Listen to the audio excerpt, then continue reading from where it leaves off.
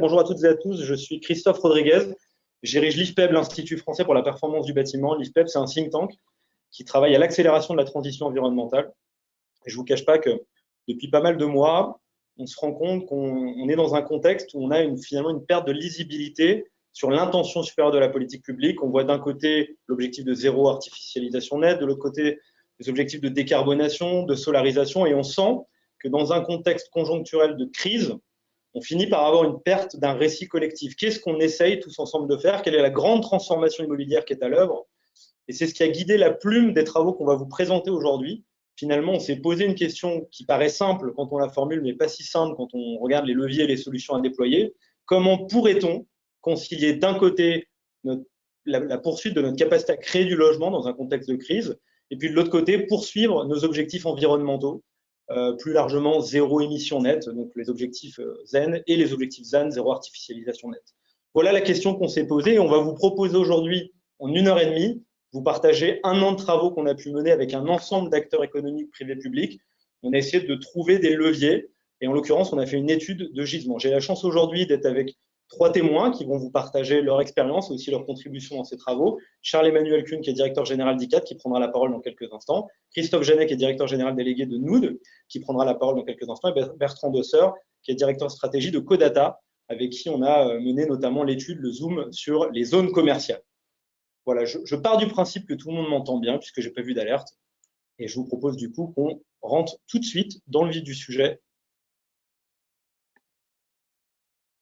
Donc, comme mentionné, la question qu'on s'est posée, et je vais tout de suite mettre les mains dans le cambouis, c'est quelle est l'équation immobilière? Et donc, on a quand même eu une question de si on veut créer du désir pour que les acteurs économiques s'emparent des sujets de sobriété immobilière et foncière, on arrive à résoudre une équation.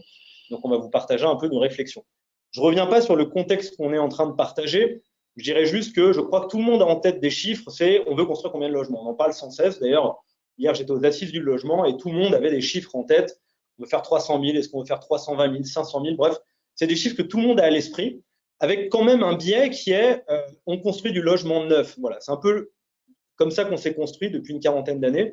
Et donc la transition qu'on est en train de voir et qui est en train de s'opérer, c'est que pas à pas, on passe d'un monde où offrir un logement, c'était fatalement artificialiser, construire un logement neuf, et on sent qu'il y a de plus en plus d'acteurs qui se grattent la tête et qui se disent on a peut-être du foncier et du bâti qui est sous-occupé, sous-utilisé et qui pourrait nous permettre de faire naître dans le parc existant, dans le déjà là, une offre potentielle de logement. Et donc, il y a cette transition qui est à l'œuvre et c'est ça qu'on va essayer de vous décrire aujourd'hui.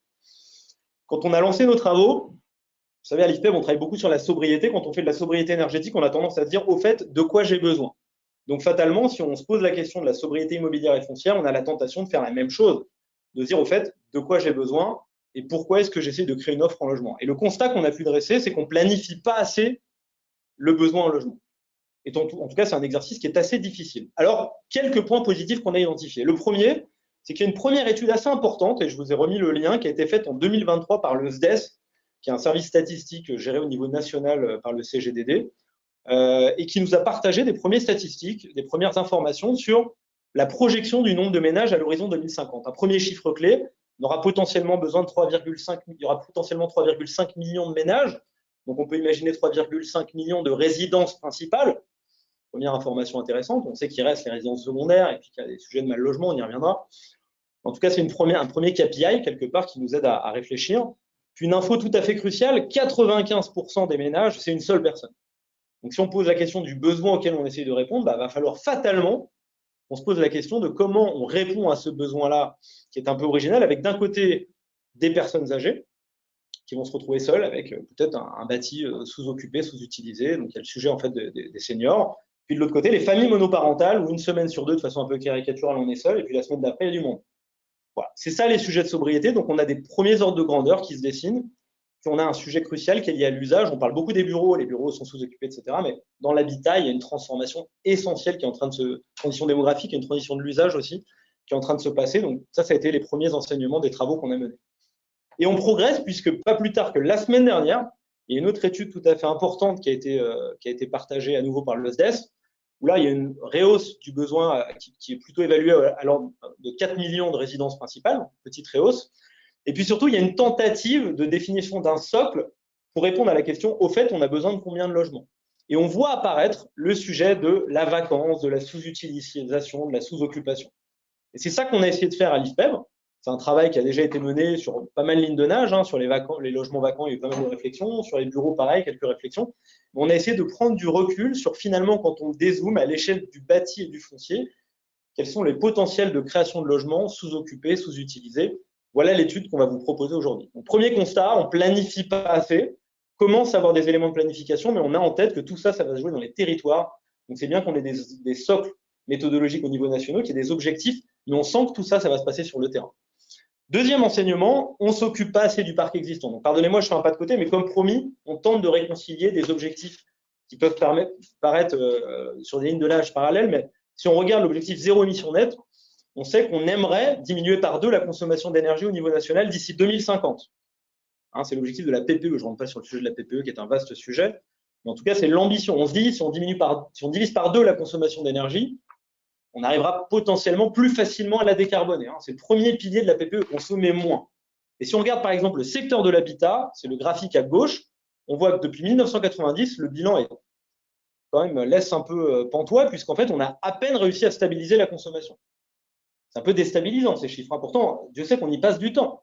On a une petite tendance baissière depuis 2020, mais il ne vous a pas échappé qu'il s'est passé plein de trucs depuis 2020. Il y a eu un signal prix notamment qui a créé une forme de tendance baissière. Donc, je ne vais pas poser la question politique de est-ce que c'est seul le signal prix nous fera baisser nos consommations, ce n'est pas le sujet d'aujourd'hui. Mais en tout cas, on est tenté de se dire mais qu'est-ce qu'on a fait depuis 1990 pour avoir un bilan où finalement on a du mal à baisser la conso alors qu'on aimerait la diviser par 2 d'ici 2050. À droite, vous avez un élément de réponse. Depuis 1990, on a augmenté de 37% le nombre de résidences principales. On a beaucoup construit. On fait de l'étalement urbain. Si on regarde le tertiaire, on avait 600 millions de mètres carrés tertiaires en 1990. Et aujourd'hui, on a 1 milliard. Donc, qu'a-t-on fait? Pardonnez-moi, je fais des raccourcis, mais on passe beaucoup de temps à faire de l'étalement urbain et à construire. C'est l'essentiel de l'articulation de la filière aujourd'hui. Et donc, il y a une grande transformation à l'œuvre qui est, et si on crée le désir des acteurs de s'intéresser au bâti existant? C'est ça la question qu'on se pose et c'est ça la transformation qui est à l'œuvre aujourd'hui. Parce que si on s'en occupe et si on arrive à créer le désir des acteurs économiques de s'y intéresser, sur un malentendu, on arrivera à éradiquer les énergies fossiles, à solariser, à isoler les bâtiments. Encore faut-il trouver des véhicules, provoquer des projets, et on le verra, quand on arrive à réinvestir un logement vacant, sur un malentendu, on éradique les énergies fossiles. Quand on arrive à transformer une zone commerciale, sur un malentendu, on arrive à solariser et à isoler, à faire tout ce qu'on souhaite faire dans les objectifs de décarbonation. Donc c'est ça qui a guidé à nouveau nos travaux, c'est comment on arrive à débloquer les modèles économiques du déjà là. À chaque fois qu'on débloque un modèle économique du déjà là, on s'occupe du bâti existant. Et si on s'occupe du bâti existant, on n'est pas à l'abri de réussir zen, et potentiellement peut-être de créer une offre de logement qui viendrait résoudre notre sujet crucial de la crise du logement. Et puis le dernier constat, ces chiffres-là, ils circulent pas mal, mais on vous propose une mise en perspective globale. Il y a du bâti sous-occupé, il y a de la vacance. Ayons en tête que quand on parle de vacances, souvent, par exemple pour le tertiaire, on parle de bail pas bail. Vous pouvez avoir un bail et avoir malgré tout un phénomène de sous-occupation. Pour les logements, c'est pareil. Vous pouvez être tout seul dans une très grande maison. Donc là, quand on parle de vacances, c'est entre guillemets le truc le plus radical dans la sous-occupation, mais il y a un truc un peu plus discret qui est plus difficile à évaluer, qui est j'occupe un logement qui est extrêmement grand ou j'occupe un immeuble de bureau et je ne vais pas faire des statistiques nationaux en disant regardez, je suis super fort, j'ai un grand immeuble de bureau vide. Donc c'est toujours des données plus difficiles à glaner. Mais en tout cas, il y a potentiellement un terrain de jeu. Et le travail qu'on a mené, c'est qu'on s'est dit comment on pourrait réussir à concilier toutes ces thématiques. Et on a l'intuition, j'espère vous avoir partagé ce qui finalement a guidé nos travaux, que si on réussit à créer du logement dans le déjà là, on a le début d'une équation crise du logement ZAN, zéro artificialisation nette, zéro émission nette, et donc on y passe du temps. Voilà, parce qu'on pense que ça vaut la peine, et à chaque fois qu'on arrive à débloquer un modèle, on arrive à concilier ces 3 thématiques. On sent qu'il y a 3 réflexes, réorganiser, donc s'intéresser à l'usage, au parcours en fait des gens. On a beaucoup parlé du télétravail, mais on voit qu'il y a des transformations et il y a une transition démographique importante qui est à l'œuvre. Transformer le bâti, puis encore une fois, quand on arrive à faire tourner les bilans, c'est une fenêtre de tir pour amener de la résilience, de l'adaptation, du service. Et puis enfin, poser la question du foncier qui est potentiellement sous-utilisé. On a étudié 3 gisements. Voilà, certains me disaient, pourquoi vous n'avez pas regardé le reste? Le mieux est l'ennemi du bien, on a fait comme on a pu. Donc on a regardé les logements vacants, les bureaux sous-occupés, les zones commerciales.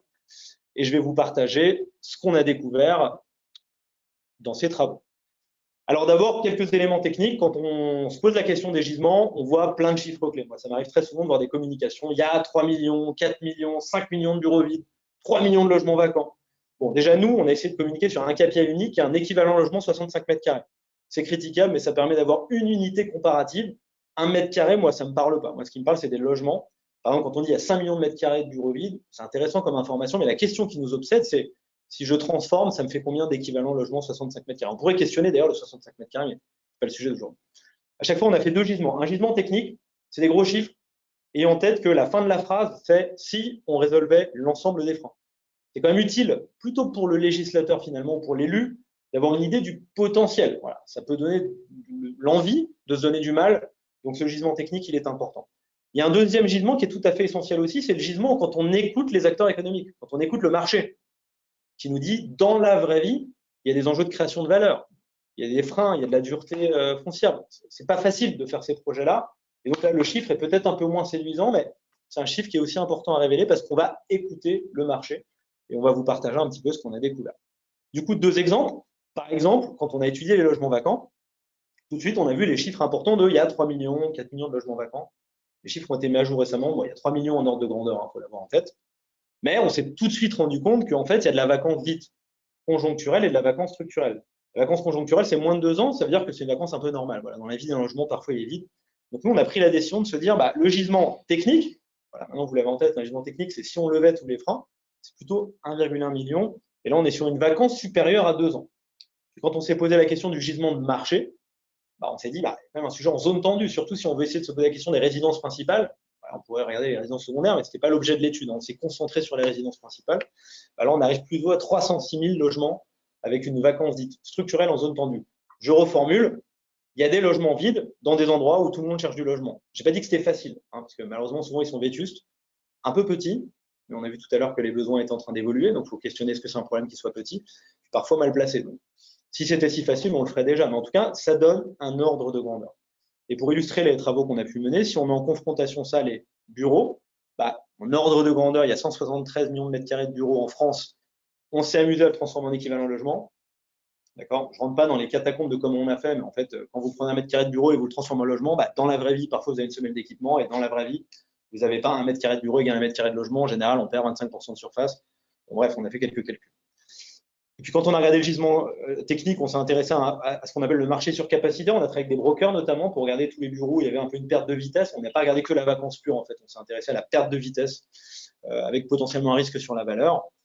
Quand on a regardé le gisement de marché, on a vu qu'il y avait à peu près en ordre de grandeur 300 000 logements à nouveau. C'est concentré sur la zone tendue. On s'est dit, c'est là où on peut quand même secrètement espérer qu'on finisse par réussir à lever les freins dans ces zones-là. Je ne vais pas plus loin dans le détail parce que ce n'est pas le cœur du sujet.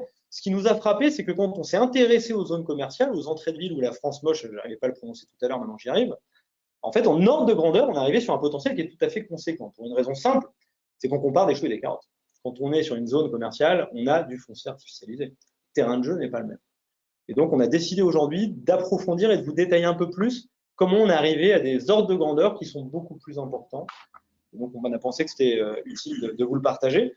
Impossible de mener une étude sans avoir de données. Et donc, on a eu le plaisir d'avoir Codata à nos côtés qui nous a aidé à analyser tout ça. Et Bertrand, je te laisse la parole. On fait une chaîne musique.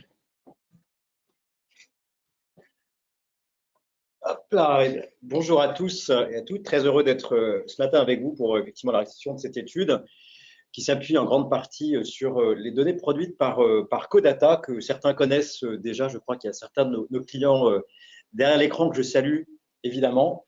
Codata, c'est quoi? C'est un observatoire de l'offre commerciale physique dans les territoires. Hein, l'activité de Codata consiste réellement à aller observer in situ les commerces physiques, que ce soit dans les centres-villes pieds d'immeubles, les zones commerciales, on y reviendra, les retail parks, les zones qui effectivement portent du commerce, avec, vous le voyez ici, notre enquêteur avec son appareil en main, un processus de documentation extrêmement précis, avec une méthode, on va dire, qui est la même depuis maintenant presque 30 ans, qui permet d'avoir en plus des séries longues sur l'évolution de l'offre commerciale dans les territoires. C'est plus de 4700 sites commerciaux visités annuellement, que ce soit effectivement des commerces de centre-ville, des zones d'activité commerciale, des centres commerciaux ou des retail parks. Et quand on descend à l'intérieur de ces sites, on a un peu plus de 380 000 emplacements qualifiés, recensés en France, Belgique et Luxembourg. Mais je crois qu'aujourd'hui, le sujet qui nous intéresse, c'est d'abord et déjà la France. C'est déjà pas mal. Alors, peut-être un petit point de définition également, puisque quand on parle de zone commerciale, on est parti finalement de notre définition de ce qu'était une zone commerciale, au sens codata du terme. Pour nous, donc, c'est une zone située en zone périurbaine ou périphérique, sur une agglomération de plus de 25 000 habitants minimum, où se concentre une activité commerciale significative. Voilà, ça c'est un peu, on va dire déjà la définition de base. Et à l'intérieur de ça, vous avez plusieurs critères non exclusifs qui vont se cumuler pour identifier effectivement ces périmètres. Pour nous, une zone commerciale, effectivement, c'est un minimum de surface de vente de 10 000 mètres carrés, un minimum de 25 à 30 points de vente avec un minima, une moyenne surface de au moins 2500 mètres carrés, au moins une locomotive. Et puis enfin, une présence d'au moins une dizaine d'enseignes nationales. Donc c'est vrai que c'est une vision très retail, mais elle nous semble intéressante puisqu'on est là dans le cœur de la meule, on va dire, de l'offre commerciale dans les territoires. Bien sûr, il y a quelques dérogations à cette définition. On s'intéresse aussi à des zones, on va dire, peut-être à moindre densité de population, sur des tailles critiques un peu moins importantes, en particulier sur des dimensions plus touristiques, d'attractivité touristique, sur le littoral ou en zone de montagne. Bref, tout ça nous amène à resserrer, on va dire, le périmètre de l'étude à 1603 zones exactement, pour un total de 555 millions de mètres carrés observés. Et donc, ce sera, encore une fois, ce périmètre qui nous aura été, qui sera activé dans le cadre de l'étude. Alors, je vais rapidement sur les données mises à disposition, mais je crois que vous le retrouverez dans le support qui sera communiqué. Vous voyez qu'on a différents niveaux d'échelle en termes de données. On a la zone pour elle-même, voilà, évidemment sa localisation, son emprise, son périmètre. La parcelle, on va descendre à l'intérieur de la zone pour identifier un certain nombre de caractéristiques des parcelles qui constituent justement cette zone. Emprise totale, présence ou non de parking, et je crois que ce sera une dimension importante évidemment dans la problématique qui nous intéresse aujourd'hui. On s'est intéressé aussi au contexte, tout ce qui est autour de l'habitabilité. Je crois que Christophe y reviendra. On a aussi évidemment des problématiques liées à l'offre de transport, l'offre de services. On n'est pas perdu comme ça au milieu de nulle part. Évidemment que le contexte urbain se doit d'être aussi identifié en tant que tel. Et on va descendre à l'échelle du bâtiment, à l'échelle bien sûr du commerce, et Christophe l'évoquait tout à l'heure, au-delà effectivement d'identifier, de recenser le commerce pour lui-même, son activité, on a bien sûr aussi évidemment mis à disposition cette donnée clé qui est la donnée de la vacance commerciale. En d'autres termes, l'enquêteur observe une absence d'activité à l'échelle du commerce. Pour mémoire, Christophe évoquait 10% de vacances commerciales au global sur le territoire français. Si on descend proprement sur les zones commerciales, c'est un petit peu moins. On est sur un 7,24 pour 2024, données observées l'année dernière, avec une légère reprise, une remontée légère effectivement de ce taux de vacances sur tout type d'actifs, sur tout type de zones, également aussi malheureusement dans les zones commerciales qui nous intéressent aujourd'hui. On n'a pas retrouvé encore les niveaux de vacances de post-Covid, mais on voit effectivement une reprise depuis bientôt 2 ans. On attend le millésime 2025, mais probablement effectivement qu'on aura une prolongation, un prolongement de la tendance à l'augmentation de la vacance commerciale également dans les zones commerciales. Voilà. Et puis quelques données de marché aussi, c'est important, je crois que Christophe y reviendra. Il y a les caractéristiques physiques, l'offre telle qu'elle se compose à l'échelle de la zone. Et puis, il y a aussi la tension, on va dire, de marché, et avec une valeur que vous connaissez tous autour de la transaction immobilière, le prix médian mètre carré, son évolution. Et puis, des indicateurs plus globaux, plus macro autour de la densité et de l'évolution de la population à l'échelle de la métropole, cette fois-ci. Évidemment que la zone ne dirait rien des dynamiques démographiques. Là aussi, des indicateurs essentiels pour comprendre dans quel environnement se situe la zone commerciale au-delà de ses caractéristiques d'offre et, je dirais, de dynamisme, de vitalité commerciale, mesurée à travers en particulier la question de la vacance. Voilà, écoutez, je laisse la place. Allez, au suivant. C'est bon, merci. Très bien, merci à toi. Donc, je crois que vous avez à peu près les contours des travaux qu'on a menés, puis surtout la méthode, en fait, les données qu'on a utilisées. Je vous parle un peu de comment on a fonctionné. En fait, on est parti d'un jugement technique. Et puis après, pas à pas, on s'est posé la question de comment on pourrait a développé des algorithmes pour traiter la donnée et ça nécessitait de comprendre les grands enjeux pour les acteurs économiques. Donc, on en a identifié 3, il y en a bien d'autres en fait, hein, mais on a fait avec les données qu'on avait et puis on a tenté d'être synthétique. Donc, si j'essaye d'aller droit au but, on s'est dit que ce serait quand même cool de réussir à faire tourner les bilans financiers. Donc, on a essayé de définir des indicateurs de création de valeur. Je vais y revenir juste après. Ensuite, on s'est dit que sur ces projets-là, il faut quand même essayer de convaincre les gens. Donc, on s'est posé la question, c'est quoi les paramètres clés qui vont faciliter ou rendre plus difficile de convaincre les acteurs de passer à l'action. Enfin, on a questionné l'habitabilité, c'est ce qui nous a permis d'arriver à un gisement qu'on appelle de marché. Voilà pour la méthode. Comment on fait? En fait, là, je suis en train de vous raconter un petit algorithme qui révèle le nombre de logements. En fait, parcelle cadastrale par parcelle cadastrale, on raisonne toujours en 3 temps. La première étape, c'est qu'en fonction de différents critères, parce qu'on ne le fait pas quand c'est trop petit, mais en tout cas, on tente de créer un parking silo. Et là, j'entends déjà des gens penser « Oh là là, mon parking, qu'est-ce que vous allez faire sur mon parking ?» Attendez, là, c'est un algorithme pour l'instant, on se calme. Bref, en tout cas, on tente de créer un parking silo pour libérer de la place. Une fois qu'on a libéré de la place, on construit des logements, sachant qu'on sait qu'en fonction des PLU et des enjeux d'urbanisme, on va avoir un pourcentage d'emprise bâtie qui est acceptable à l'échelle de la parcelle, donc on respecte ce paramètre-là. Puis ensuite, on va tenter de faire des surélévations si on est dans des zones favorables, puisque surélever un commerce, c'est un peu pénible pour le commerçant, donc il y a des paramètres qui vont rendre favorable la surélévation ou non. À chaque fois, on essaye de prendre en compte des caractéristiques d'urbanisme comme la densité, l'emprise au sol, la hauteur maximum, etc. Ce qui nous permet en fait d'avoir un gisement technique un peu d'ingénieur, certes, mais qui donne un premier jet. Une fois qu'on a ce gisement technique parcelle cadastrale par parcelle cadastrale, ce qu'on a pu faire, c'est zoomer. Donc là, vous retrouvez un peu l'ensemble des zones, ça a été décrit. Et on a zoomé sur les zones tendues. Voilà. Donc, premier enseignement phare des travaux qu'on a pu mener, je vous explique un peu comment on l'a fait, c'est qu'on révèle 1,4 million de logements. Encore une fois, rappelez-vous, hein, c'est équivalent T3 65 mètres carrés. Faire des règles de 3 hein, pour savoir ce que ça donne si on change la taille des logements.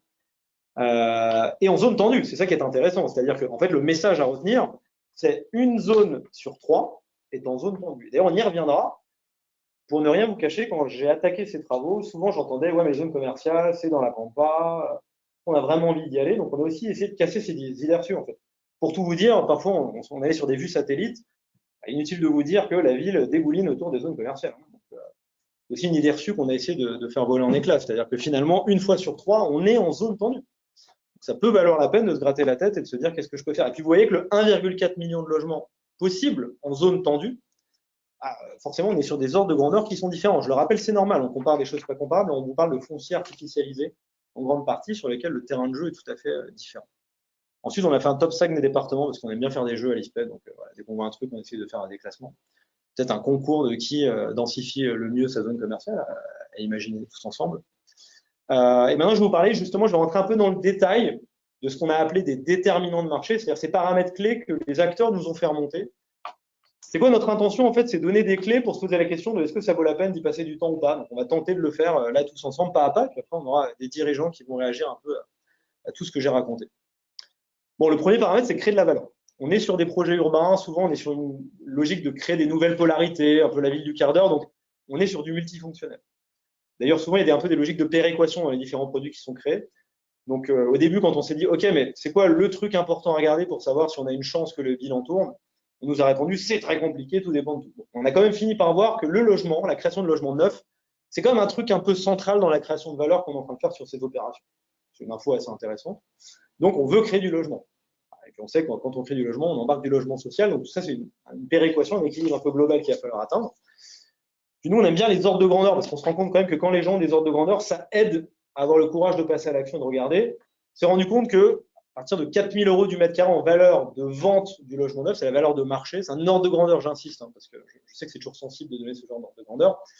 On s'est rendu compte qu'on arrivait assez souvent à faire des choses intéressantes.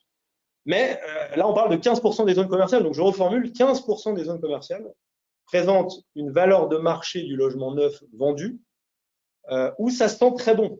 Voilà, ça vaut le coup vraiment, vraiment fort de regarder, etc. Mais c'est pas beaucoup, 15%. Et donc, on a questionné les acteurs, on leur a dit, ouais, mais à partir de quand ça vaut la peine quand même de se gratter la tête et d'étudier le truc en profondeur? Et là, il y a un autre ordre de grandeur qui nous est venu, c'est 2 500 € du mètre carré. À partir de 2 500, ça vaut la peine de regarder. Ça ne veut pas dire que c'est facile. C'est une zone sur deux, là, pour le coup, donc ça devient intéressant. On se dit, une fois sur deux, ça vaut vraiment la peine de réfléchir. Par contre, il va y avoir une vraie coopération élus, acteurs économiques, puis concitoyens, en fait, parce qu'il va y avoir des problèmes, des enjeux de densification. Hein, sans rentrer dans le détail, il va falloir porter une charge foncière, il va falloir porter des capex, etc. Il va falloir trouver un juste milieu entre de la désirabilité, de la densité, et puis une rentabilité du modèle économique. Donc on sent qu'il faut se mettre autour de la table et il faut se parler. C'est toujours une bonne nouvelle. La transition environnementale, on arrive toujours à la conclusion que malheureusement, on va devoir se mettre autour de la table et discuter. Moi, je trouve que c'est plutôt cool comme conclusion. Mais voilà, en tout cas, pour les paramètres. Donc, si vous êtes élu et que vous nous écoutez, regardez à peu près les valeurs de marché. En zone tendue, une fois sur trois, vous allez avoir une zone commerciale en zone tendue. Et puis, une fois sur deux, ça peut valoir la peine de l'étudier. Donc, c'est quand même des éléments qui sont plutôt motivants. Ensuite, on s'est rendu compte qu'il y avait un sujet de lucidité. Pardonnez-moi l'expression, mais j'ai entendu hier, j'étais aux assises du logement, il y avait l'adjoint au maire d'Avignon qui disait il y a un moment où il faut quand même se poser la question de est-ce que j'ai pas un risque de friche, quoi. C'est-à-dire en gros, si je commence à avoir une tendance de vacances, est-ce que c'est pas des signaux faibles de finalement la préférence collective de mes concitoyens, elle est plus à la zone, quoi. Ils ont moins envie d'y aller, quoi. Ils y vont moins, il y a click and collect, il y a des nouveaux désirs, des nouvelles façons de consommer, des nouvelles façons de se déplacer, etc.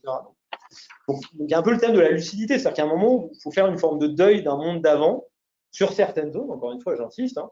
Puis quand on regarde les acteurs économiques, il y a un sujet de pratique, de reconnaissance, de plantage de valeur, en fait. C'est-à-dire, si j'ai un début de vacances, est-ce que ça veut dire que la valeur de mon actif est potentiellement en difficulté ou est-ce que ça va revenir comme avant? On en a beaucoup parlé sur les bureaux, d'ailleurs, le sujet du deuil de la valeur. Et puis on finissait par demander aux gens, bon, c'était un peu un trait d'humour, hein, je reconnais, mais t'en es à quelle étape du deuil? Est-ce que tu es à l'étape du déni? Mais non, ça va revenir comme avant. Est-ce que tu es à l'étape de l'acceptation? C'est-à-dire il faut peut-être faire un projet de transformation. Bon, voilà, je ne vais pas plus loin. Et donc, on s'est intéressé aux vacances, on les a analysées parcelle par parcelle, mais on a surtout regardé la vacance zonale. C'est-à-dire qu'on pense qu'il y a des signaux faibles. Hein. Si à l'échelle d'une parcelle, on s'en sort bien, ça vaut le coup de prendre du recul et de dézoomer, de se dire cette zone, au niveau territorial, il faut peut-être avoir la lucidité de se dire il va falloir faire quelque chose. Voilà le deuxième paramètre sur lequel on a mené nos travaux. Troisième paramètre, convaincre. Et là, il y a le sujet un peu de la dureté foncière. On a pris un peu de recul, je vous donne quelques éléments chiffrés, mais c'est pas aussi simple que ça. Hein. Quand on regarde des entrées de ville, on a tendance à avoir une vue Google Maps avec une zone dessinée, on a l'impression que c'est un village. On se dit, bon, voilà, c'est un village, on va s'en sortir. Bah non, il y a plein de parcelles, plein de gens. On se donne quelques ordres de grandeur. Et donc, il va falloir se mettre autour de la table. Clairement, c'est un enjeu. Et puis, c'est des projets, du coup, qui vont être des projets qui vont durer longtemps. C'est aussi un verrou de marché important, c'est-à-dire qu'on va mettre 8 ans, 9 ans, 10 ans à développer ces projets. C'est-à-dire que côté politique, il faut anticiper, il faut dialoguer, il faut se mettre autour de la table, il faut se mettre d'accord. Mais ça vaut la peine. Quand on voit les ordres de grandeur, on est en train de parler de réussir notre transition à l'horizon 2050. Hein. On n'est pas en train de... Mais la meilleure façon d'y arriver, c'est de se mettre au boulot. Quoi. Donc, en tout cas, notre étude nous a montré qu'il y avait quand même ces sujets-là. Donc, ça veut dire qu'il faut se parler et il faut le faire assez vite. Dernier sujet, il faut donner envie d'habiter. Donc là, bon, on a fait un exercice un peu d'ingénieur, je le concède, et puis d'ailleurs, j'avoue que je suis ingénieur. Ouais, il en faut, c'est comme ça.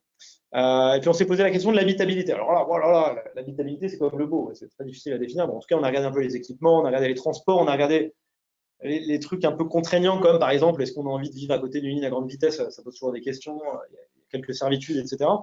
Puis donc on a défini des paramètres et puis on les a regardés en fait, on les a regardés sur des cartes, justement avec l'aide des données de Codata.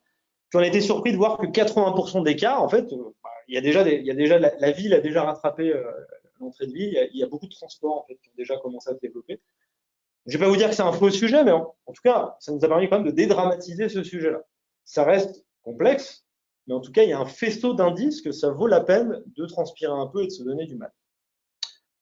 Voilà en quelques instants la synthèse des questions qu'on s'est posées et puis ce chiffre clé d'1,4 million de logements en zone tendue, j'insiste, qu'on a pu révéler. Et je vais vous proposer à présent 3 enseignements qu'on avait envie de vous partager en synthèse. Le premier, c'est qu'en fait, il y a des nouveaux réflexes pour l'immobilier qui sont en train d'émerger. Ça transforme en fait les modèles économiques, mais aussi ça transforme les métiers.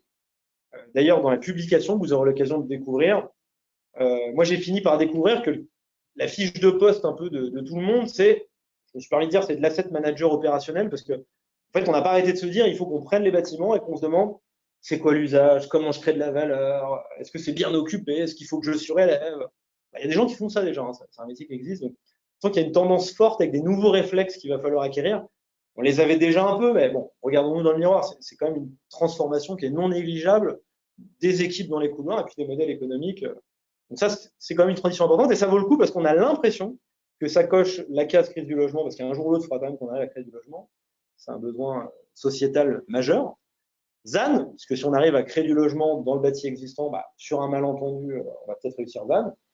Et puis écologique zen, zéro émission nette, parce que comme je le disais, quand on intervient sur un bâtiment, bah, c'est plus facile de se dire et si j'éradiquais les énergies fossiles que quand on fait rien. Enfin, incantatoire, la réglementation. Donc en fait, le sujet, c'est comment on crée le désir de s'occuper du déjà. Deuxième enseignement, bah, il y a des gisements. Voilà. En ordre de grandeur, vous avez compris, on a refait un peu le calcul du gisement, donc c'est à peu près une cinquantaine de pourcents du besoin en résidence principale. Que la semaine dernière, il y a eu une actualisation d'études. Du coup, on m'a demandé, ah là, mais est-ce que vous avez vu l'étude la semaine dernière? Oui, je l'ai vu, mais attendez, 2 minutes. Bon, c'est en ordre de grandeur, c'est la moitié. C'est-à-dire que ce que je suis en train de vous dire, c'est qu'avec les 3 leviers qu'on a étudiés, c'est-à-dire la densification des zones commerciales, la transformation des bureaux sous-occupés et la surélévation, à chaque fois on a regardé le sujet de la surélévation, qui pour nous est un réflexe qu'il faut regarder, et le réinvestissement des logements vacants, on pense tout de suite maintenant que peut-être qu'une résidence principale sur 2 qui sortira de terre d'ici 2050 naîtra dans le bâti existant. C'est pas rien. C'est pas rien. Ça vaut la peine qu'on regarde. Et on n'a pas regardé d'autres thématiques, comme par exemple les logements sous-occupés, qui sont des sujets qui pourraient être explorés. On avait moins de données, donc on ne les a pas explorés. Donc il y a d'autres thématiques qui pourraient être abordées. Finalement, c'est plutôt porteur d'espoir, même si c'est dur, c'est clair. De toute façon, faire autre chose, c'est toujours difficile. Mais en tout cas, ça donne des ordres de grandeur. Et puis, quelque part, on a envie de se dire, est-ce que tout le monde a ce tableau de bord au niveau territorial? Donc, j'en arrive aux recommandations. Je ne vais pas toutes les éplucher, mais évidemment, on est un think tank, donc on essaie aussi de porter une parole politique. Mais gouverner, c'est prévoir. Donc, on a fini par se dire, on est tous sur est-ce qu'il faut construire 300 000 logements, est-ce qu'il faut en construire 350 000, mais est-ce qu'on a les ordres de grandeur dans notre territoire? Combien de logements puis-je faire naître du bâti et du foncier qui est sous-occupé? Une question intéressante. Surtout si on veut le planifier, on voit que c'est des projets qui prennent du temps à s'articuler, qui nécessitent du dialogue et qui nécessitent en fait de réinventer l'aménagement urbain. On pourrait appeler de nos voeux qu'il y ait cette logique de planification à une échelle éminemment territoriale qui soit instruite tout de suite maintenant, surtout à la veille des élections municipales. C'est quand même un message porteur d'espoir dans un contexte où on se dit est-ce qu'on va vraiment réussir notre transition écologique alors même qu'on a une crise importante et une machine à produire du logement qui est un peu grippée. Voilà pour l'étude que nous avons menée. Je vais vous proposer tout de suite maintenant de donner la parole à 2 acteurs économiques phares de la fabrique de la ville. Et je vais leur poser 2 questions assez simples en fait. Un, être à l'écoute de leur réaction en fait par rapport à tout ce que je viens de vous raconter. J'ai secret espoir, j'espère qu'on a raconté n'importe quoi, mais l'avenir nous le dira. Et puis 2, aussi écouter leur vision de ce secteur, le sujet de la densification des zones commerciales. Est-ce que c'est un truc anecdotique? Est-ce que c'est quelque chose vraiment d'important stratégique? Est-ce que ça peut être des relais de croissance dans un contexte de crise? Et je laisse tout de suite la parole à Charles Emmanuel Kuhn, qui est directeur général de la promotion, et je me lève.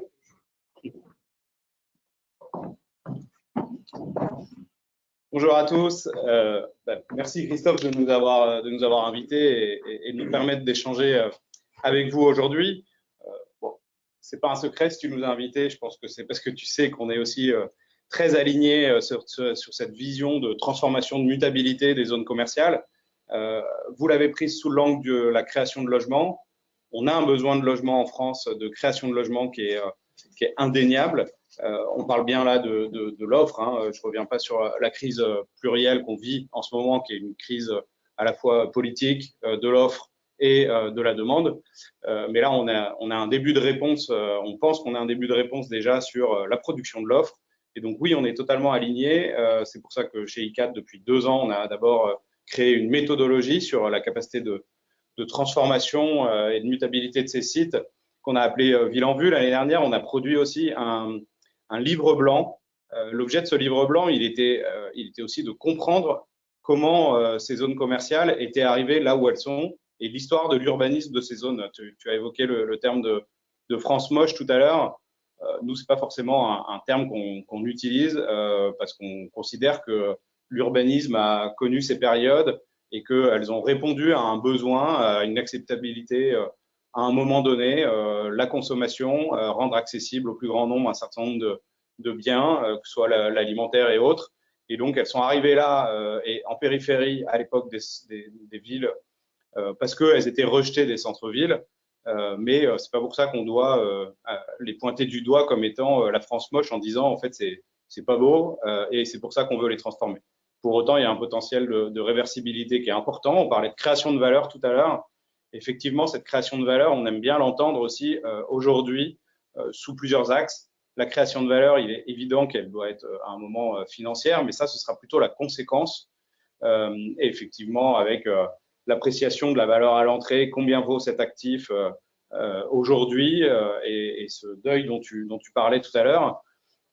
Mais avant ça, la création de valeur, elle va se faire pour des commerçants, pour des consommateurs, pour des habitants périphériques aujourd'hui et bientôt des habitants de ces quartiers. Et elle va se faire aussi dans un potentiel de renaturation, cette responsabilité qu'on a tous d'accompagner la transition environnementale en remettant de la nature en ville. C'est aussi cette création de valeur qu'on va aller chercher. Donc on est très ah oui, d'accord, pardon, merci. On est très engagé sur cette thématique et on a aussi produit il y a une publication qu'on a faite il y a une dizaine de jours qui est un baromètre de ce potentiel donc qui recoupe complètement votre analyse, un potentiel de transformation de ces entrées de ville. Et on a conjugué ça avec deux enquêtes, une enquête vue de prisme des décideurs territoriaux, des acteurs publics, des politiques, mais aussi des propriétaires et des professionnels. Donc, vous voyez, 249 acteurs publics, locaux, professionnels de l'immobilier, du commerce, ont été interrogés au premier trimestre 2025 pour nous donner leur retour sur le potentiel de transformation, ce qu'ils pouvaient attendre de cette transformation des entrées de ville. Et donc, c'est devenu factuel. Et puis, on a fait une enquête menée par Ipsos auprès de 1000 Français représentatifs pour voir aussi dans l'imaginaire des Français quelles étaient les attentes sur la transformation de ces centres-villes. Je vous propose de partager quelques éléments des retours de ces deux baromètres, plus tout un tas de data crunching aussi. Et donc, on a eu la CED qui nous a accompagnés dans l'élaboration de ce baromètre qui est public. Hein, vous pourrez y avoir accès sur notre site internet ou autant que vous voulez. Il est tout à fait accessible à tous. Le premier des éléments, c'est de se dire que 70%, 69% exactement, des décideurs locaux considèrent que ces entrées de ville sont dynamiques. Et ça, c'est important de le savoir parce que on parlait tout à l'heure des nombreux freins qu'il peut y avoir à la transformation, mais le fait que ce soit des endroits dynamiques, ça montre bien qu'il faut que c'est un des premiers freins, c'est comment réussir la bonne transformation tout en tenant compte de ce dynamisme actuel sur des sites qui ne sont pas forcément des friches. Et donc là, on fait vraiment la distinction entre la friche commerciale et le site commercial. Et pourquoi elles sont dynamiques? Elles sont dynamiques grâce à leur simplicité d'accès en voiture. Elles sont dynamiques parce qu'il y a un grand nombre d'enseignes nationales qui y sont présentes, voire et internationales.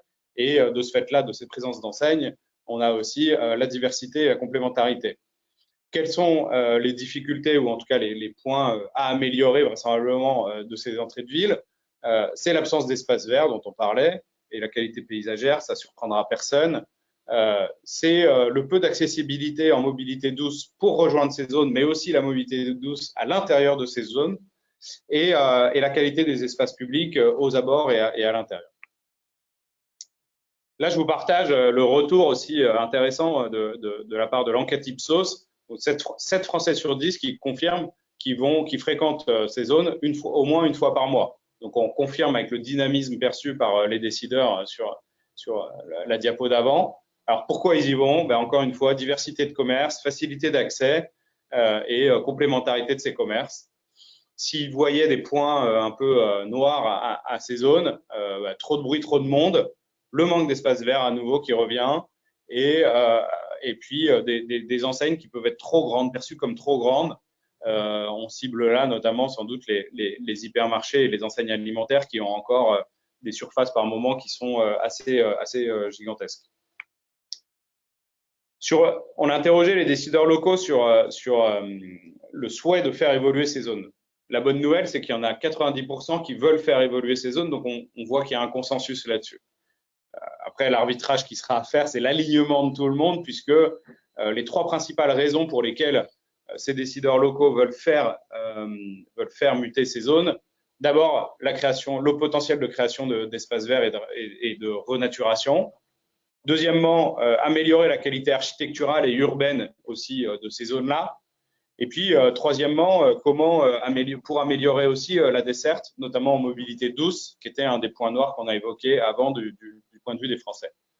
Donc, on ne retrouve pas complètement l'objet de l'enquête et puis de l'analyse qui a été faite par l'IFPEB et puis peut-être aussi le sens que nous, on voulait donner à cette enquête, puisque seulement 28% des décideurs locaux estiment que c'est un potentiel de création de logements. Donc ça, on voit bien qu'on a encore de la culturation et des éléments tangibles à apporter pour dire pourquoi on peut créer des logements sur ces zones et en quelle quantité, puisque seulement un quart des décideurs locaux imaginent qu'on puisse créer de la mixité d'usage et notamment introduire du résidentiel sur ces zones. Du point de vue des Français, quelles sont les attentes sur la transformation des zones? Et là aussi, vraiment, 2/3 des Français, donc 64% des Français, qui considèrent que la construction de logements, donc là, pour le coup, on avait posé la question plus sous le prisme du logement, qui considèrent que la construction de logements sur ces entrées de ville est un sujet prioritaire ou important de la prochaine mandature municipale.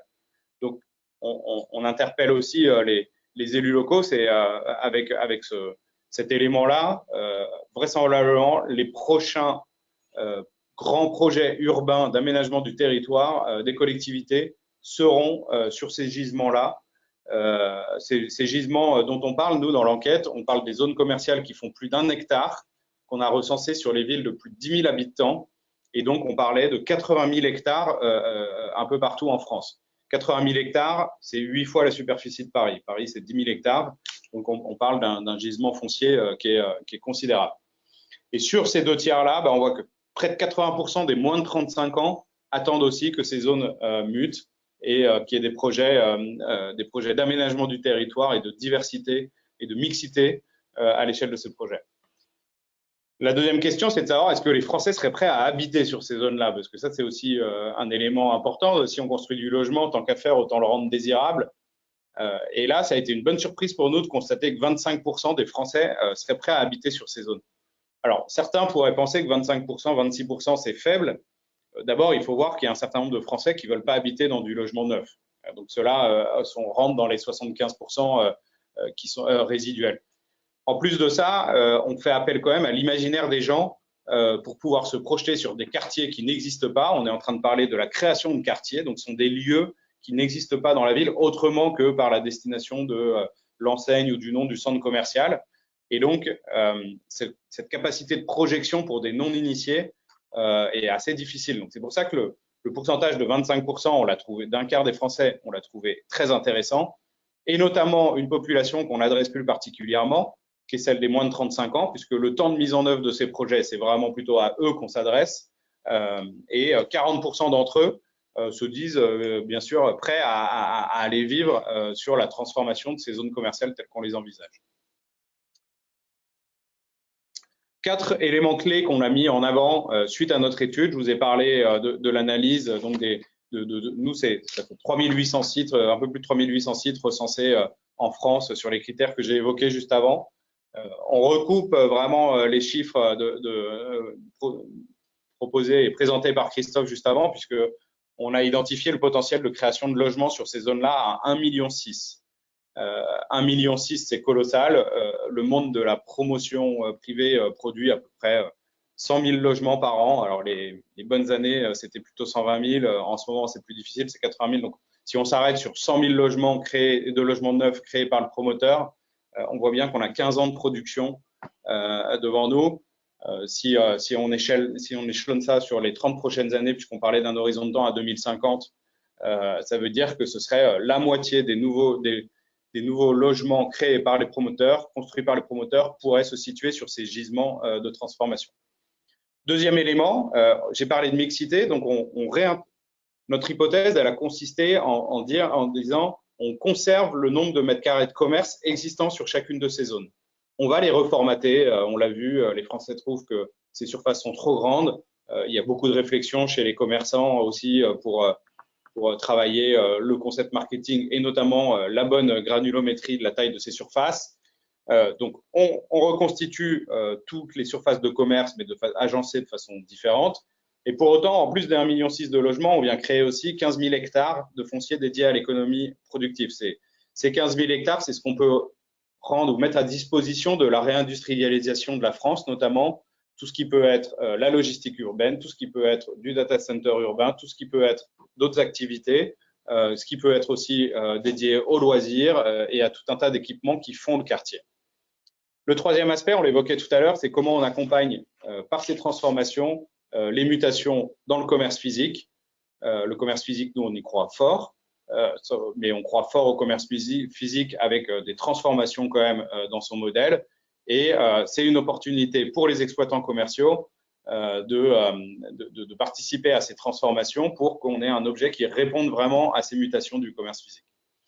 Et le quatrième aspect, et non des moindres, celui sur lequel finalement tout le monde attend une amélioration sur ces zones, puisque c'était dans les critère numéro 1 des décideurs locaux, critère numéro 2 pour les Français, c'est de dire qu'on a un potentiel de renaturation de 10 000 hectares. Là encore, je vous l'ai dit tout à l'heure, 10 000 hectares, c'est considérable, c'est la surface de Paris, c'est la moitié de l'artificialisation annuelle aussi en France.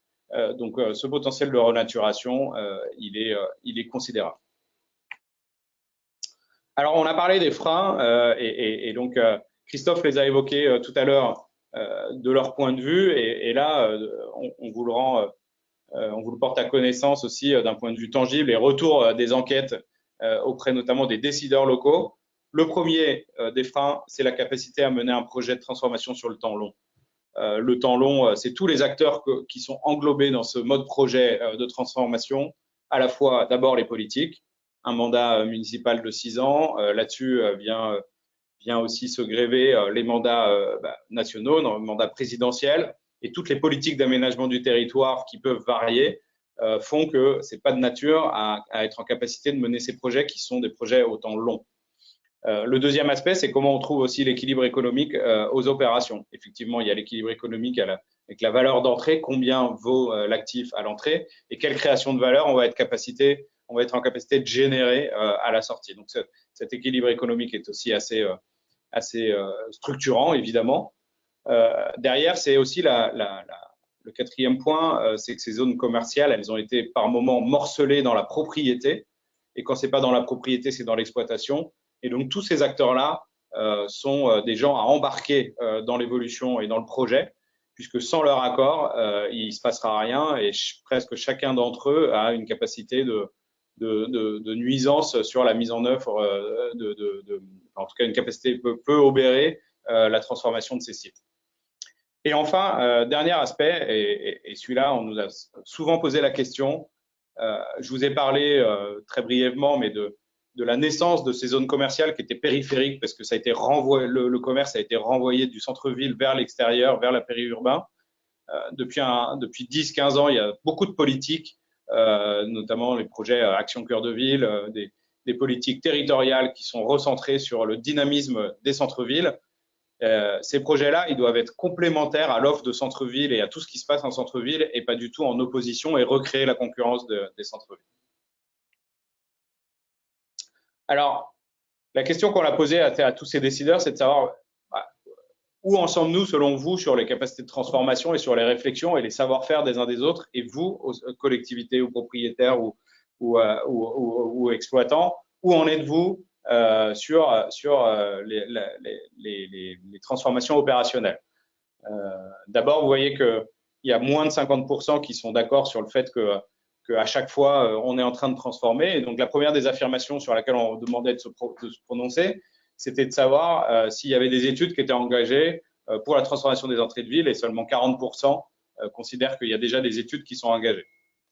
Deuxièmement, la réalisation, et là, il n'y en a que 30% qui considèrent que les projets sont en cours de réalisation.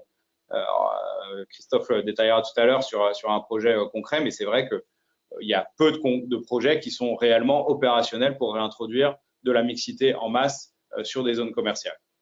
Et puis enfin, il y a le sujet de l'expertise. Est-ce que chacun des acteurs considère qu'on dispose des bonnes expertises? des expertises en termes d'aménagement du territoire, en termes de capacité à aligner l'ensemble des acteurs, puisque c'est beaucoup de monde et beaucoup d'expertises différentes et surtout beaucoup de points de vue et d'intérêts différents. Donc, comment on fait pour aligner les intérêts de tout le monde? Il y a forcément des renoncements à faire par les uns les autres, mais au service d'une création de valeur globale de projet. 4 priorités qui nous ont semblé intéressantes de partager avec vous et qui sont les nôtres aujourd'hui. La priorité 1, c'est réussir l'alliance des acteurs publics-privés.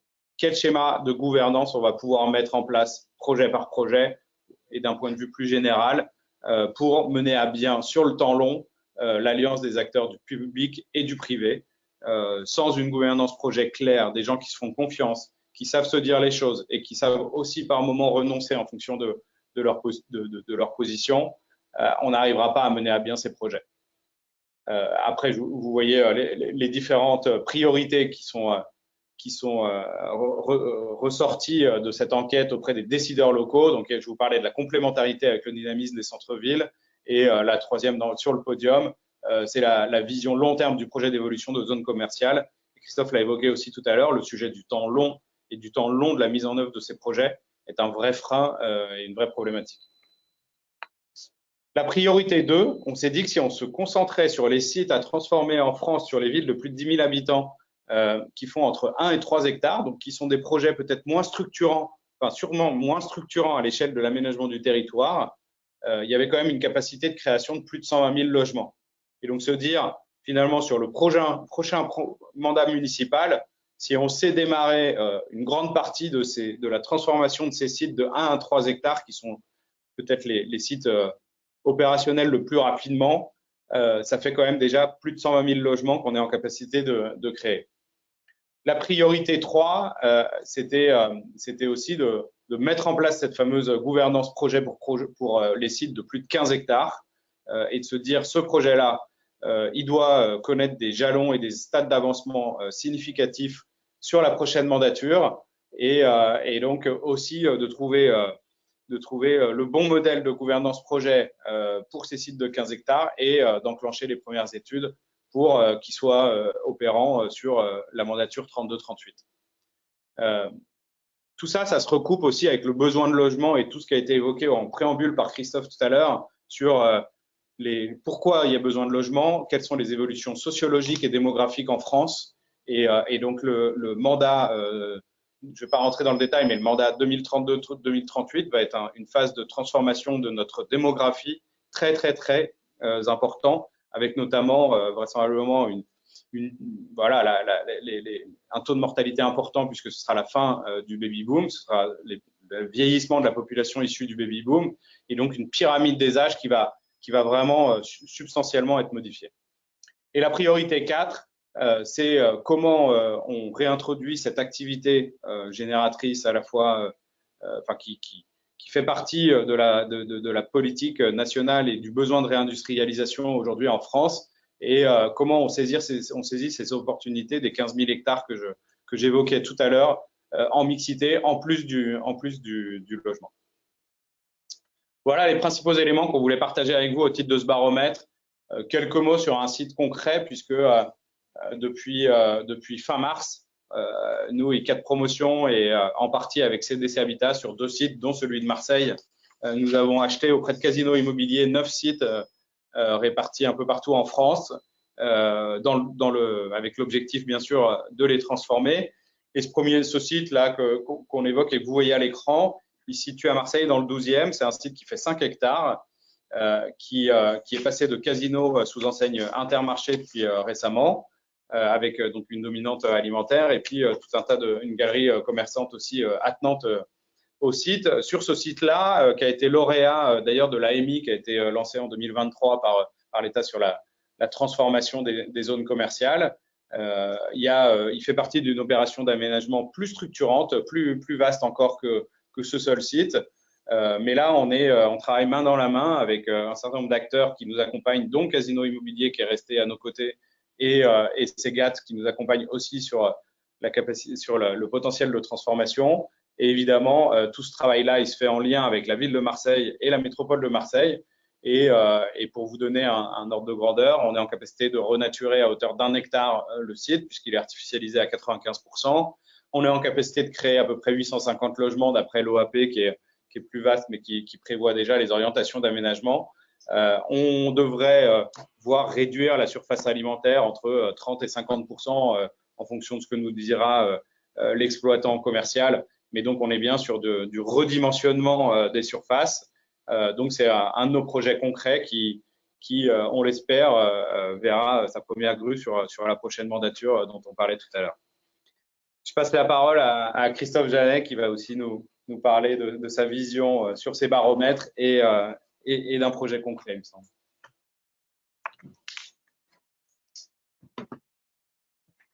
Merci, merci à vous. Bonjour à toutes et à tous. Peut-être très simplement, j'ai envie de démarrer l'introduction en rappelant qu'en tant que grand témoin chez Nood, on est en contact de ces lieux tous les jours. On est sur un schéma où on a grandi, on est ADN retail compatible. Notre histoire fait qu'on vient d'un groupe qui a eu un grand succès au niveau du développement commercial.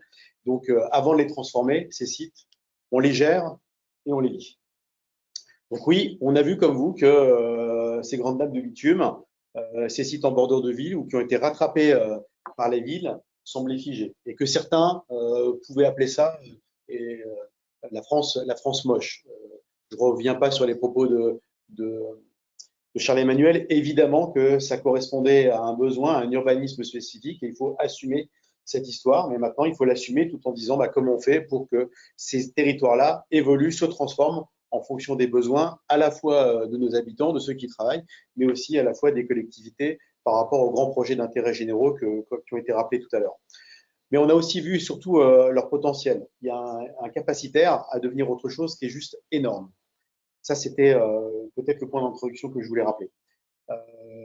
Ce que je voudrais aussi rappeler, et d'abord, avant tout, c'est saluer le travail que vous avez fait à l'IFPEB, Ecodata, évidemment. C'est une étude qui nous est présentée, qui aujourd'hui, évidemment, est une base précieuse, qui vient objectiver tout ce que nous, chez nous, on a ressenti et on a initié depuis un certain nombre d'années, mais ça vient objectiver un potentiel qui est un gisement en matière de logement qui est juste incroyable.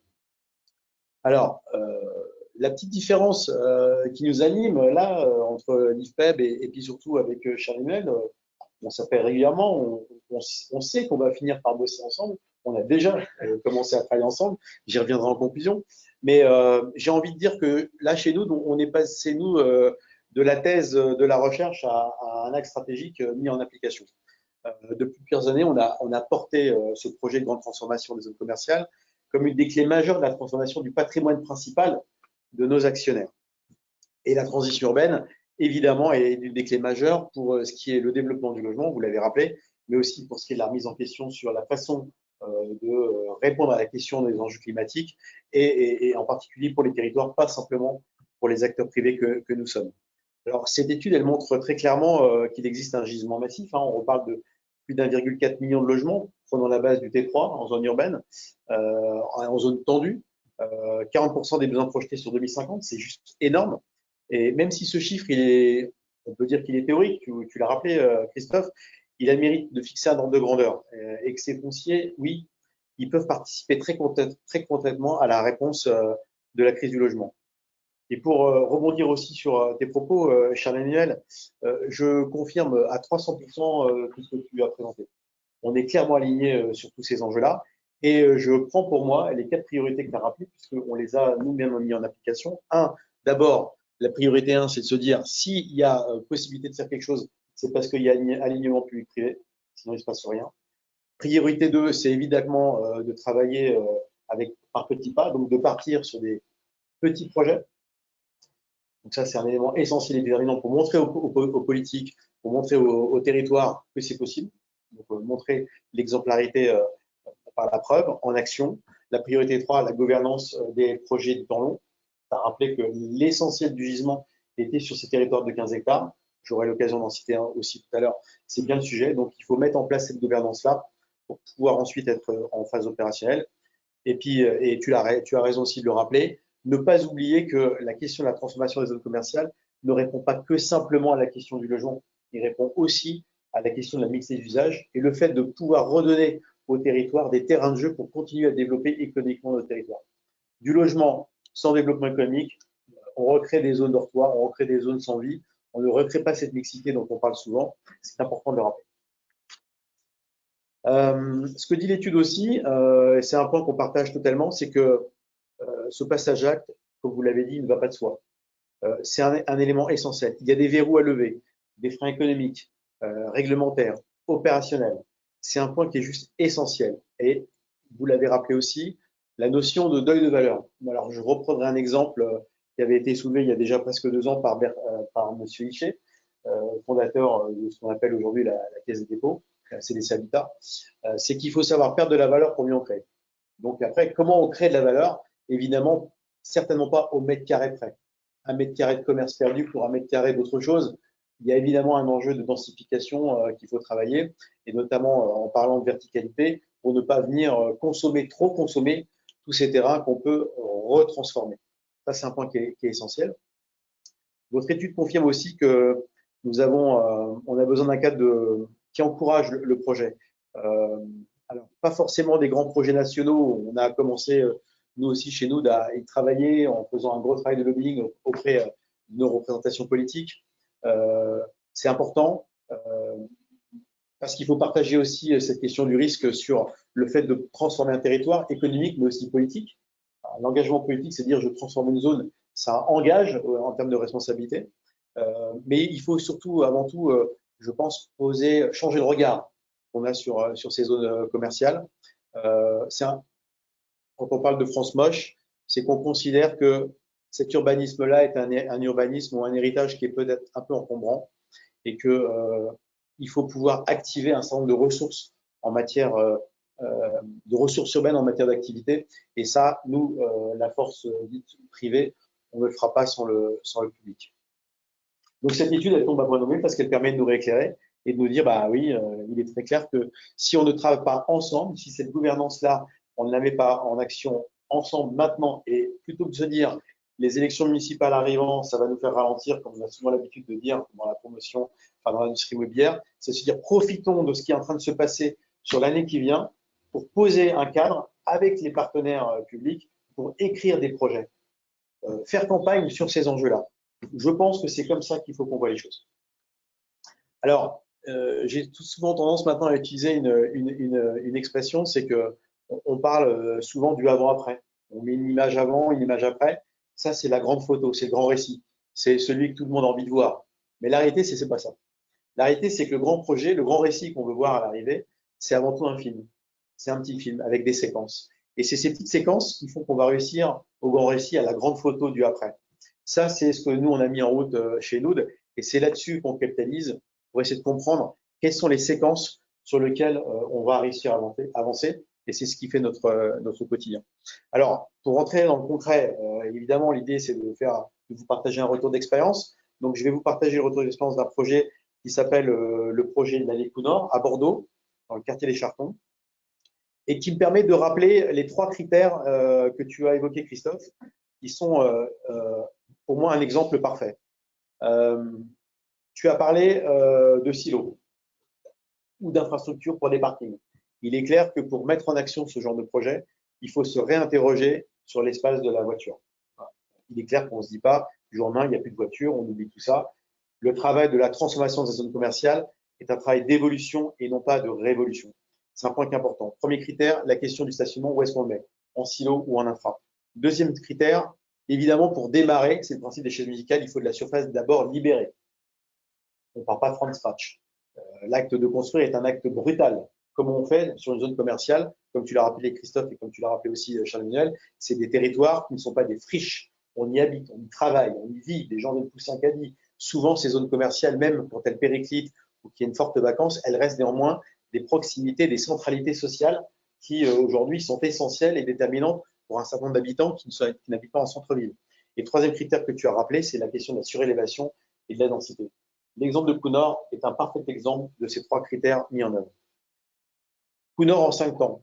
D'abord, qu'est-ce qu'on a trouvé sur Counor? Charbonnel, en plus, clin d'œil, je crois que tu connais le sujet. Un site monofonctionnel, mais plein de potentiel. Quand on arrive sur le site de Counor, avant, modèle typique des années 80-90, un hypermarché sur une parcelle d'un peu plus d'1 hectare, 200 places de parking, un vaste parking, et comme je dis souvent pour présenter, 2 arbres qui se battent en duel qui ont réussi à survivre au pare-choc de monsieur et madame Michu. Voilà. Ça, c'est la réalité il y a quelques années encore, avant que le chantier ne démarre en octobre 22 dernier. Voilà. Et le but du jeu, c'est de se dire, le potentiel, il est évident, mais il est inexploité. On le constate. Voilà. Ça, c'est ce qu'on a trouvé quand on s'est posé la question du projet Counor. Alors, ce qu'il faut retenir de ce constat, c'est qu'en fait, la question n'est pas de se dire que faire à la place d'eux. Parce qu'on a tout de suite identifié ce qu'il fallait faire à Counor. Pas besoin de faire Polytechnique pour se dire que là, il y a un vrai sujet. 1 hectare en plein milieu du quartier Charton, il y a bien autre chose à faire que 3000 m² de surface de vente. La vraie question, c'est comment on peut faire mieux avec ce qu'il y a déjà. Alors, qu'est-ce qu'il y a déjà? Un magasin Auchan qui fait quelques mètres carrés.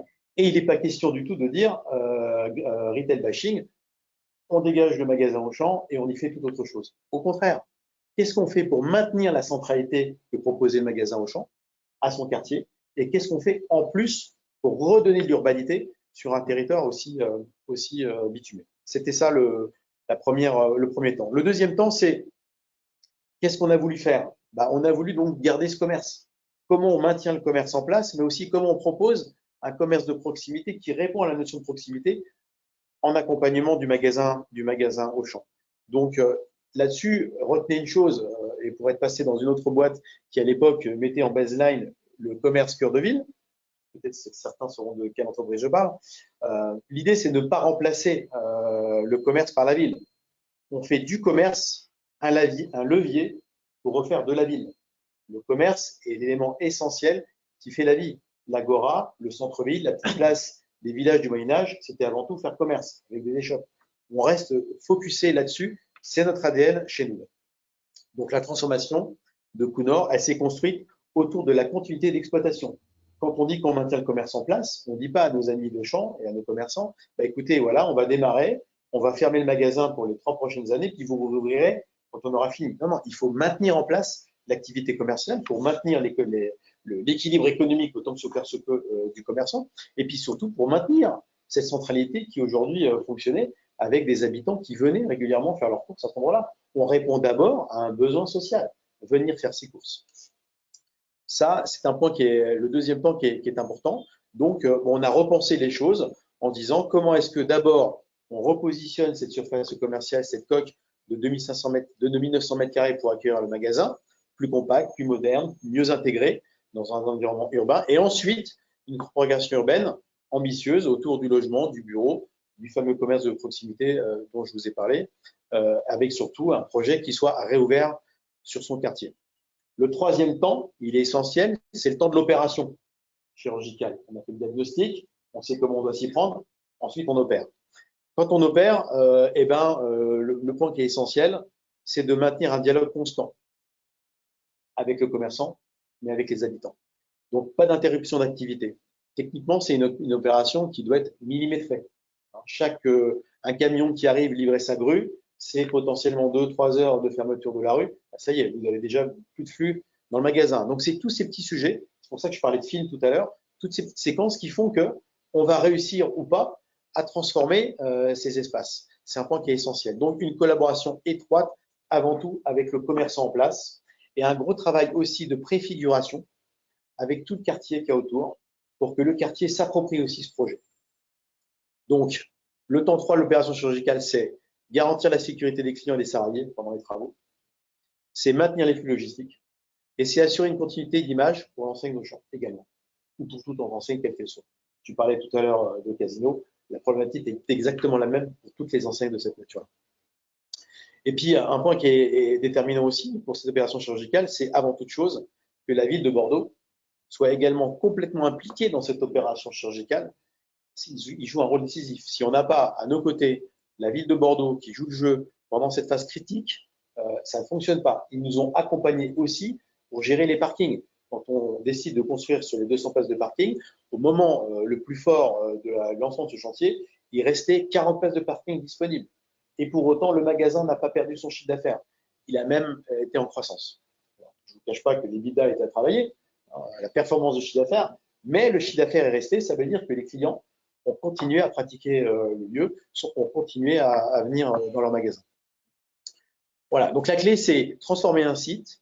Ce n'est pas imposer un projet, un gros travail de préfiguration, c'est composer, c'est ajuster, c'est négocier pour que tout le monde y gagne, le public comme le privé. Transformer un site commercial vivant, ce n'est pas un exercice d'urbanisme théorique, c'est un cas pratique, c'est de l'art du dialogue opérationnel. Le quatrième temps, c'est le résultat. Qu'est-ce qu'on obtient? Qu'est-ce qu'on a obtenu? On a l'inauguration de la première phase qui va avoir lieu en septembre 2025. Pour rappel, on a démarré le chantier en octobre 2022.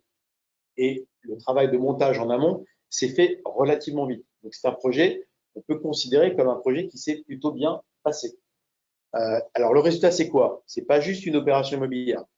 Ce qu'on a fait sur Counor, c'est un morceau de ville avec 87 logements, dont du social, 30 logements sociaux.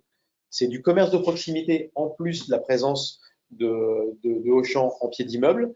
C'est un immeuble de bureau de près de 6000 m². C'est une esplanade ouverte au public puisque les parkings sont en infrastructure, complètement en infrastructure. Donc, l'espace public est complètement libéré pour le piéton, pour les transports à mobilité douce, parce que proximité immédiate du tram. Le tram passe à 2 mètres de la façade pendant le chantier. C'est 18% de surface de pleine terre rendue, c'est que du bitume, et c'est pas loin de 25% de surface renaturée. C'est un parking qui est entièrement enfoui pour libérer l'espace au sol, comme je l'ai dit, et c'est un projet qui vise le label Bâtiment Frugal Bordelais. Il fait partie des projets référents et démonstrateurs sélectionnés par la ville de Bordeaux. Alors, le cinquième temps, ce projet a aussi révélé quand même un certain nombre de freins, même si je vous ai dit que ce projet se passe plutôt bien, puisqu'on attaquera la phase 2 en septembre quand on aura transféré le magasin dans son nouvel écrin. Effectivement, complexité des règles d'urbanisme, il ne faut pas se le cacher. Les PLU aujourd'hui figent plutôt les zones à vocation commerciale. On est souvent sur du mono-référentiel. Donc, quand on veut faire de la mixité, il faut d'abord passer par une modification des PLU. Donc, ça engage aussi le politique. C'est un délai d'instruction des permis parce que c'est effectivement des sujets d'une grande complexité où on appelle toutes les compétences de la ville et des services supports. Et puis aussi et surtout, c'est, comme je vous l'ai dit, une articulation parfois rigide aussi, pas seulement vis-à-vis du PLU, mais vis-à-vis du SCOT et de tout ce qui peut se traduire au niveau d'un projet concret. Donc, on aura réussi et on ne réussit que, pour la conclusion de ce sujet des allées Counor, et de manière générale, quand la volonté politique est là, les solutions se trouvent. Alors, les prochaines étapes, parce que Counor est un projet parmi d'autres, vous l'avez compris, on en a quelques-uns dans les tuyaux. On a aussi, nous, répondu à l'époque, en septembre 23, au lancement des AMI qui étaient portés par Madame la ministre Olivia Grégoire, en la présence de Monsieur Béchu et à l'époque de Patrice Vergrit qui était ministre du Logement. Donc, le logement était déjà au cœur à l'époque. On a répondu à cette consultation. On a, je crois, une quinzaine de sites qui avaient été élus comme potentiellement candidats à l'accompagnement sur ces projets de grande transformation. On n'a évidemment pas attendu une phase 2 ou une phase 3. On s'est mis au travail tout de suite. Et comme tu l'as dit, Charles-Emmanuel, des projets comme Counor, il y en a beaucoup. Il y a pas loin de 600 supermarchés Auchan, petits et grands. Donc, il y a autant de projets de cette nature-là. Mais il y a aussi et surtout un gisement sur des grands projets, ceux qui font plus de 15 hectares.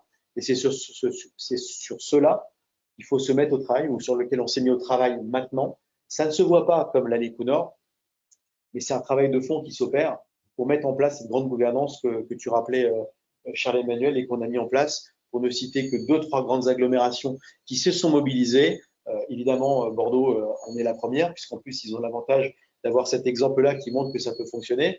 Mais il y a aussi la métropole de Strasbourg, il y a la métropole de Nantes aujourd'hui qui s'est mis aussi en mouvement avec nous. Enfin bref, tout ça n'est pas terminé, on n'est pas arrivé, on est au début de l'histoire, mais il y a un grand nombre de métropoles aujourd'hui qui se sont mis en route et c'est un élément essentiel. Le gisement est sur ces grands sites. Voilà ce que je peux vous partager. Peut-être vous dire en quelques mots pour conclure, parce que je vois que le temps passe.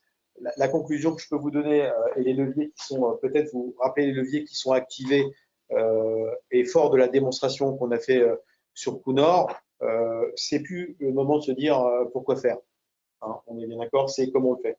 Et merci, Charles Emmanuel, l'exercice que vous avez mené montre que si la question n'est plus comme pourquoi on le fait, il est urgent maintenant de se dire comment on le fait. Ça, c'est un point qui est important.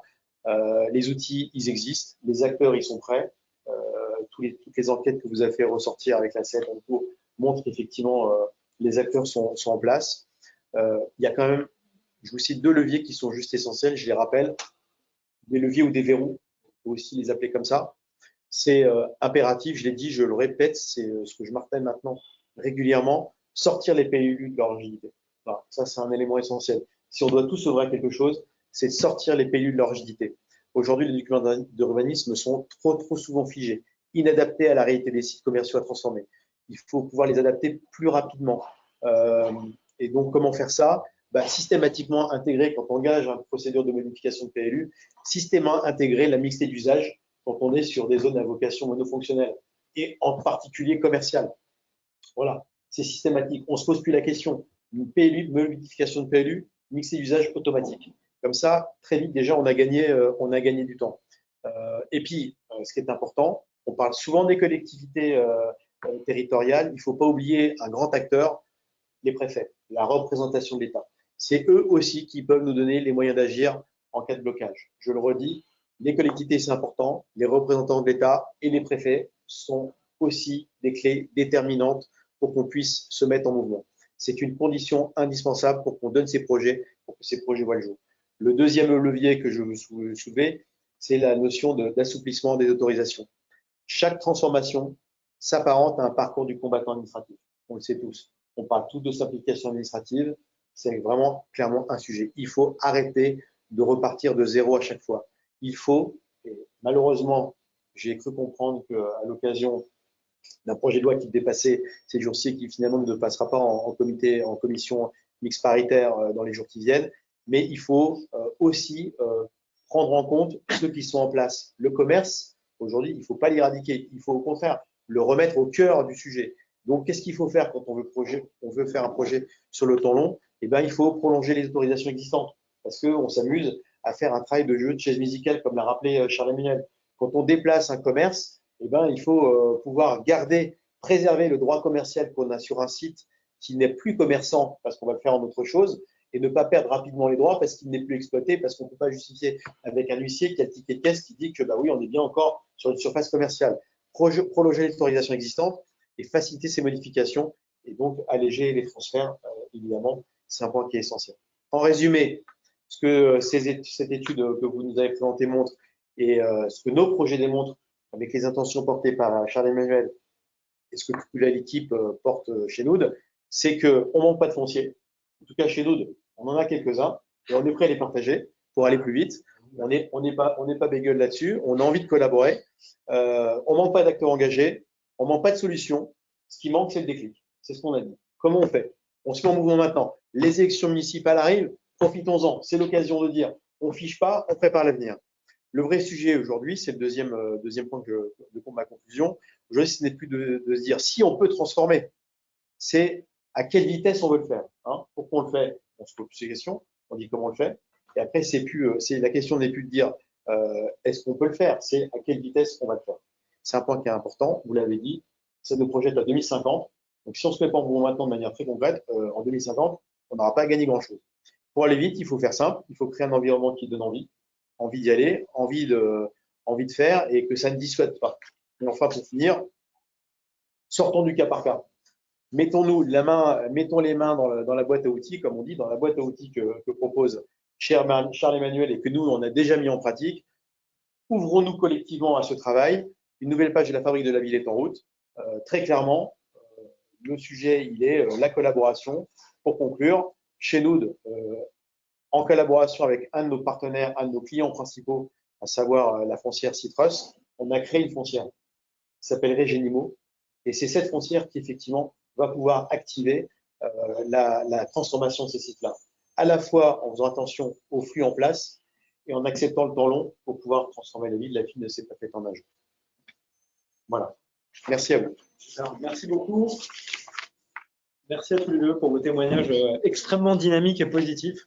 Ça fait du bien par les temps qui courent d'avoir un peu d'énergie positive et puis quelque part, tout ça, c'est sous-tendu par du réel. Bon, juste pour conclure, on essaie de vous raconter. Ouais, je sais, j'ai essayé un Make Your Planet Great Again, version revisitée. Bon, bref. Non, mais tout ça pour dire qu'on est en train de vivre une transition qui est importante. On essaie de vous en faire un récit, en fait, positif. En fait, ça permet de sortir un peu la tête du guidon de zen, machin, etc. Voilà, il y a une transition qu'on est en train de faire. Chacun peut y trouver sa place. Et je pense que ça concilie des enjeux sociétaux et puis des enjeux aussi de modèle économique des différents acteurs de la fabrique de la ville. L'enjeu maintenant, c'est de se mettre au boulot, en fait. C'est-à-dire que d'un côté, il faut planifier parce que c'est des projets au temps long. Puis en même temps, on y voit plus clair quand on est passé à l'acte. Un Lifeplan, on croit beaucoup à l'expérimentation, donc il faut faire tout de suite maintenant. Tout à l'heure, on invitait à se dire, il y a peut-être des zones de taille plus modeste sur lesquelles on peut avoir des quick wins, entre guillemets. C'est la meilleure façon d'apprendre à forger, c'est en forgeant. Voilà pour le mot de la fin. On a peut-être, bon, forcément, je vais faire une page de pub, même si je dirige une association. N'hésitez pas à aller consulter notre étude, mais je crois que le plus important aujourd'hui, c'était plutôt la prise de recul sur une transition, une transformation des modèles et des acteurs qui est en train de s'opérer. Voilà, j'espère que ça vous a inspiré, vous a donné envie de passer à l'action.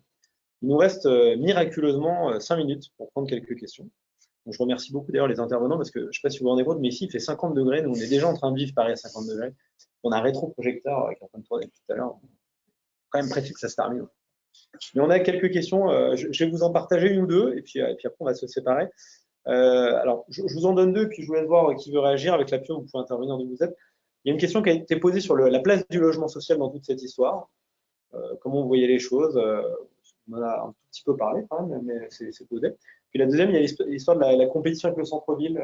Voilà, comment vous voyez les choses, la mise en cohérence de tout ça. Qui souhaite réagir sur quel thème? Logement, compétition. Alors, Charles-Emmanuel. Ouais. Sur le logement social et même plus généralement, quel type de logement on va faire? Tout à l'heure, tu parlais, Christophe, de votre hypothèse de 65 mètres carrés, mais de dire que 95% du besoin de logement va être plutôt pour des ménages seuls. Tout ce parcours résidentiel, il sera indifféremment réalisé comme on le fait aux bornes de chacun de projet. Donc la création, que ce soit de 30-40% de logements sociaux, du logement intermédiaire, pareil sur l'accession, que ce soit de l'accession abordable, enfin, on n'est pas rentré dans ces niveaux de détail, mais aucun doute, et voire même c'est indispensable, que tout le parcours résidentiel trouve sa place sur chacune de ces qualifications. D'ailleurs, dans l'étude, pareil, on n'a pas fait le détail, mais à chaque fois, on prend des hypothèses de mixité fonctionnelle. Où, évidemment, on a, comme dans la vraie vie, des hypothèses de logement social, logement d'ordre. Christophe, pour compléter sur le thème peut-être? Ouais, sur la question de la mise en concurrence centre-ville versus périphérie, le sujet est toujours d'actualité et il est au premier chef un point essentiel et déterminant de l'engagement des représentants des collectivités publiques et en tout cas des élus des métropoles ou des villes concernées. Nous, systématiquement, ce qu'on fait quand on est sur des logiques où on est en train de toucher à la question du commerce en périphérie, l'idée, c'est pas de réinventer le commerce dit de périphérie pour en faire un commerce de centre-ville parce que on recrée une centralité qui pourrait correspondre à un nouveau centre-ville. C'est pas le sujet. On reste bien sur des usages et des notions du commerce qui sont différentes. Il y a le commerce dit de loisirs, de villégiature, de plaisir, etc., qui reste le commerce de centre-ville. Le commerce de périphérie, même s'il l'est aussi, est d'abord un commerce de praticité, répondant à un besoin. Et donc, pour ce faire et s'assurer qu'il n'y ait pas de peur par rapport à ça, on anime systématiquement des comités. Alors, on met en place des comités des parties prenantes publiques-privées en amont pour diagnostiquer effectivement ce qu'on veut faire, mais on met aussi des comités, ce qu'on appelle des comités des parties, des comités des enseignes, pour bien checker que ce qu'on fera ou ce qu'on fait en transformation d'entrée de ville ne vient pas obérer la qualité ou la préservation du commerce de centre-ville. C'est un point essentiel. Et d'ailleurs, le gouvernement l'a bien compris, puisque dans Action Cœur de Ville, vous avez bien Action Cœur de Ville 1 et Action Cœur de Ville 2, et les deux ne s'opposent pas. C'est juste un premier travail qui a été fait sur le centre-ville des villes dites avec des commerces de centre-ville ou des cœurs de ville qui périclitent, mais Action Cœur de Ville 2, c'est bien de se dire, n'obérons pas la commerce de périphérie et comment on rejoint l'intérêt des deux. On est toujours dans ce schéma-là. Très bien, merci à vous. Bon, juste le mot de la fin, mais je l'ai déjà dit, sur ces sujets de fabrique du logement, on a souvent des discours assez radicaux sur il faut stopper la construction neuve, il faut continuer, etc. J'espère qu'aujourd'hui, vous avez touché du doigt qu'on sent une complémentarité, une articulation qui peut se faire pour passer d'un monde où une offre de logement, c'est forcément du logement neuf, à une complémentarité de la régénération du bâti et du foncier sous-utilisé. Et le logement neuf pourra peut-être se réinventer dans ce projet de transformation.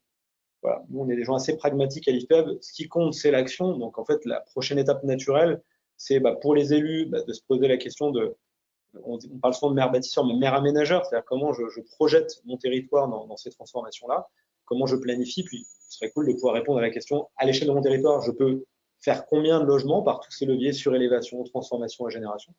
Puis pour les acteurs économiques, faut tester, hein, c'est comme ça qu'on apprend à se transformer. Les grands plans, c'est bien, mais l'action, c'est pas mal aussi. Puis la montre tourne en 2050 dans les cycles immobiliers, c'est 3 baux, donc en fait, c'est incroyablement court. Donc il faut quand même qu'on se dépêche de passer à l'action. Voilà, on espère qu'on vous a partagé une énergie positive, avec quand même un peu de concret dans tout ce qu'on a raconté. Donc on espère que ça vous donnera envie de passer à l'action et d'agir. Merci à vous pour votre intérêt, pour votre écoute.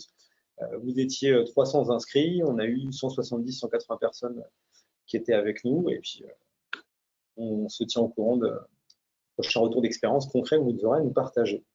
À bientôt. Merci à nos intervenants, merci à ECAD, merci à nous, merci à Codata. Et puis, merci à l'équipe d'IFPEB, parce que ça ne se voit pas comme ça, mais j'ai une équipe qui bosse dur. Moi, je fais les webinaires, etc. Il y a des gens qui bossent vraiment derrière. Merci à tout le monde. Au revoir.